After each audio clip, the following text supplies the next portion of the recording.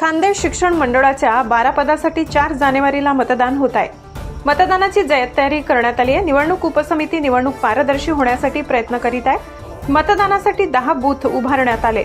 ज्यांनी यापूर्वी मतदार यादीसाठी फॉर्म भरले ते सर्व फॉर्म मतदान केंद्रात ठेवण्यात आले।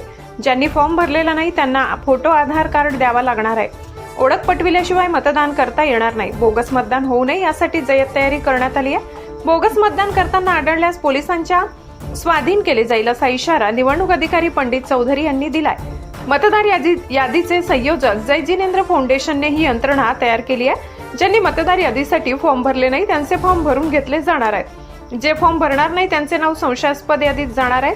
त्यामुळे मतदान करताना आधारची झेरॉक्स व फोटो सोबत ठेवावा। फॉर्म भरल्याची खात्री करून घ्यावी। यंदा एक मत देता येणार आहे, त्यामुळे सॉलिड फुलीचे भाव मोठे राहणार आहे।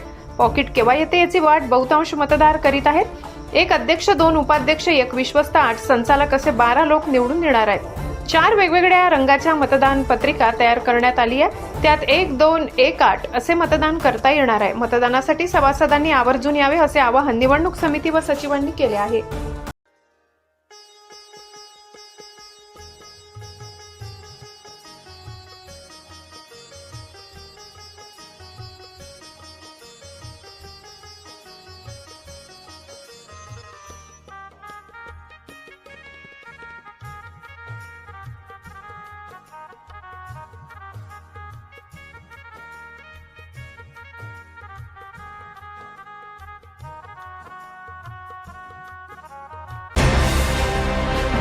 ताज्या बातम्या विचार नव्हे त्यासाठी सचोटी न्यूज चॅनल बघायलाच हवे।